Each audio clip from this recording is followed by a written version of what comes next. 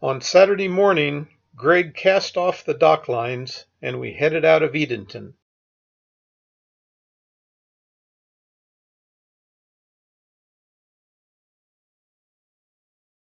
I decided to skip the next 2 stops on the Albemarle Loop. The first one was the Albemarle Plantation, which is apparently some kind of combination boating and golfing resort. The place got very good reviews by boaters posting feedback on internet boating forums, but once again I was uncomfortable with the depth of the water. It looks like the main challenge involved with getting into the Albemarle Plantation is successfully negotiating the shallows as you initially come off Albemarle Sound. Fortunately, the channel appears to be well marked, and any casual perusal of Albemarle Plantation pictures on the internet suggests that 40-foot trawlers are not at all uncommon at the marina docks. If I were going to do it, I think I would definitely choose to try it on a rising tide. The other stop I bypassed on the Albemarle Loop was the town of Hertford, located 12 miles up the Perquimmis River. In this case, the water depths looked fine to me. However, like Elizabeth City, it was a long distance from the main body of Albemarle Sound, and unlike Elizabeth City, there didn't seem to be much of interest in town. I did notice that Hertford appeared to have some nice new docks located close to the downtown area, so maybe it would be an okay place to just hang out for a day or two. Sailboaters should be aware that there is a 33-foot fixed bridge before you get to town. For our Saturday cruise, Gregg and I went out and around this restricted area and finished the day anchoring in Little River. This turned out to be another lousy decision on my part as far as an anchoring location. The forecast was for winds to clock around from the south to north overnight. I anchored close to the northern shore, thinking it would shelter me from the winds after they switched around. All of that theory was fine, except for the fact that the wind took its sweet time changing direction. We ended up with a lot of wave action for much of the night. A better option would have been to anchor much further up Little River. But if you are going to go to all that trouble, it might make more sense to just travel a little further and spend the night in Hertford, hooked up to a 50-amp electrical connection. Ah, hindsight. Gotta love it. I was on anchor duty Sunday morning. A rubber button on deck activates the windlass, which uses an electric motor to bring up the anchor.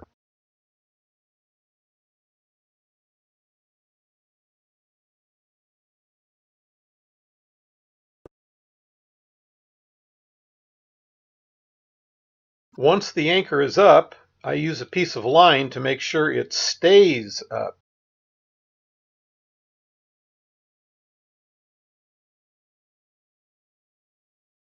Last of all, the anchor gets its morning scrub after having spent all night hanging out with the crabs in the mud.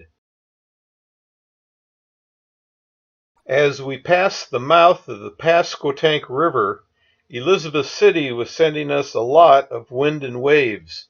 Just for fun, we tried to set the sail to see if it would dampen the boat's rolling motion, but no luck. The previous day, we did a similar experiment with the sail at anchor with similar results. We spent the day retracing our steps back towards Norfolk. My plan was to tie up in Pungo Ferry that evening. I had crewed on a boat several years ago that had tied up at a bulkhead overnight in Pungo Ferry, and I intended to do the same thing. But when we finally got there, the water was too shallow. We tried to get in there twice, but were turned back by the shallow water both times. Suddenly, life got very interesting as I tried to figure out where to anchor for the night. A sailboat was anchored here, but it didn't look like there was room enough for 2.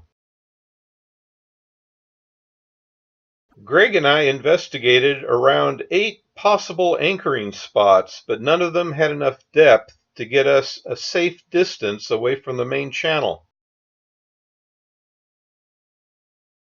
Finally, we found what we were looking for on the west side of the channel between markers 53 and 55. This would not be a good anchorage in a southerly blow, but it was perfect for us that night.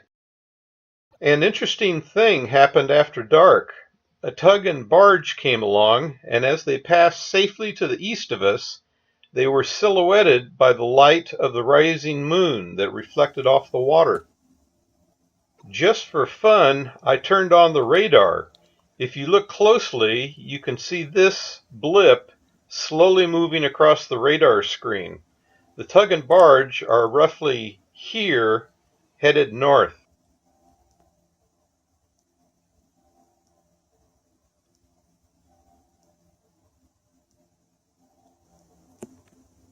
Down on deck, you can see Gregg recording the exact same thing on his tablet.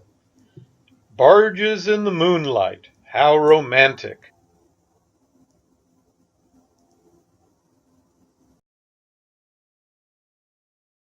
We woke up to a beautiful Monday morning. After breakfast, we put the dinghy in the water for the very first time. Gregg and I experimented with rowing the boat, both individually and together.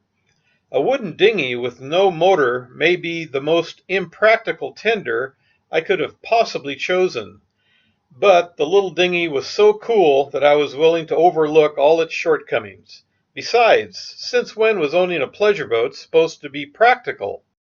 Later in the morning, we put the dinghy back in its bed, brought in the anchor, and joined the parade of boats headed towards Norfolk. By dumb luck, we arrived at the North Landing Bridge just as it was ready to open, but we had to wait a while at the Centerville Turnpike Bridge. By now, even I had realized that there was a better way to deal with bridge openings than just showing up and hoping you arrived just before the next scheduled opening. The obvious answer was to use the chart plotter. This approach requires a little homework. First, you select the bridge as your destination.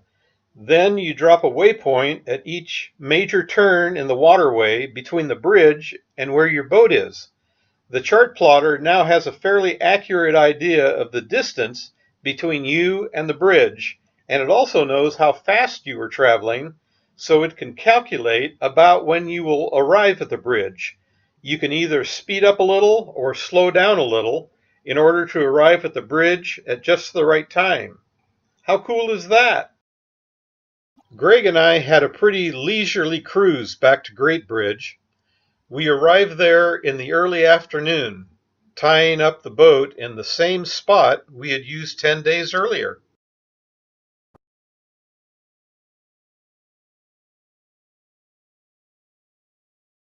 On my morning engine room check, I discovered a missing set screw on one of my propeller shaft couplings.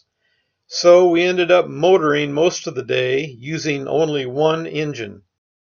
We managed to pass through the Great Bridge Lock Tuesday morning with several other yachts, then headed down the Elizabeth River toward Norfolk. We did well with the bridges and only had to wait for one bridge opening.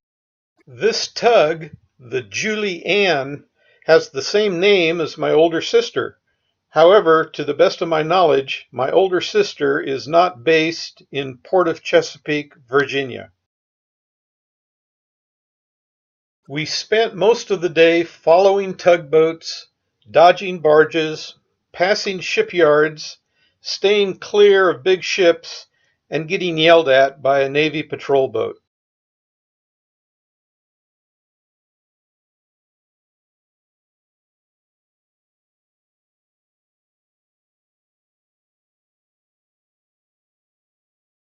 After all that excitement, we pulled into Hampton and spent another night at the Hampton Public Piers.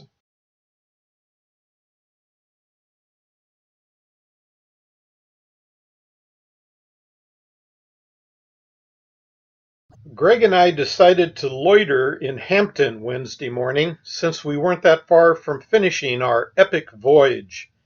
We went over to the Virginia Air and Space Center, which was only a short walk from the boat. The museum exceeded all expectations, and we had a very enjoyable morning looking at all the exhibits.